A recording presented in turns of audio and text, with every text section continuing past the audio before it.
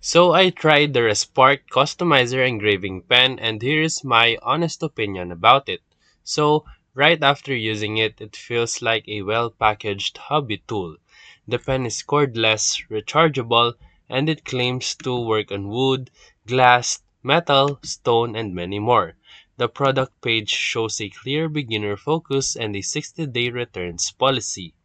And out in the wild, the kit is sold in legit stores. You can find versions on Amazon and Walmart with accessories and starters with bits included.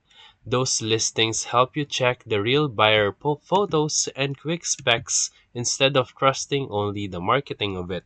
So, how did it perform in my real actual use about it? So, for simple projects, it is very great. I engraved glass, painted wood, and a metal keychain. The unit cut smoothly at a low pressure, and it included the bits handled light, detailing without even the snagging. For personalized gifts and craft nights, this is a very good win product. So, now let's go to the downside. Some users reports that the battery or durability issues after a month of use. Customer reviews are mixed among complaint and is that the pen can stop holding a charge or the motor weakens if you used it heavily. Customer service responses exist, but reliability varies by batch or by the seller. So let's go for the pros of the product. It is beginner friendly and ready to use out of the box. No setups. It works on many surfaces for quick craft projects. It is sold through major retailers so the returns and refunds are easier. And now let's go to the cons.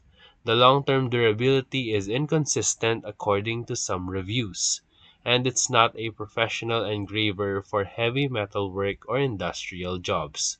And some sellers push discounts that can make the pricing confusing.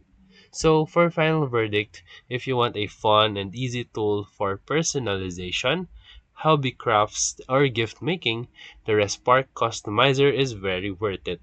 And if you expect heavy professional use, you can look for a higher torque tool. You can buy from a reputable retailer and keep the receipt just in case. And that's it.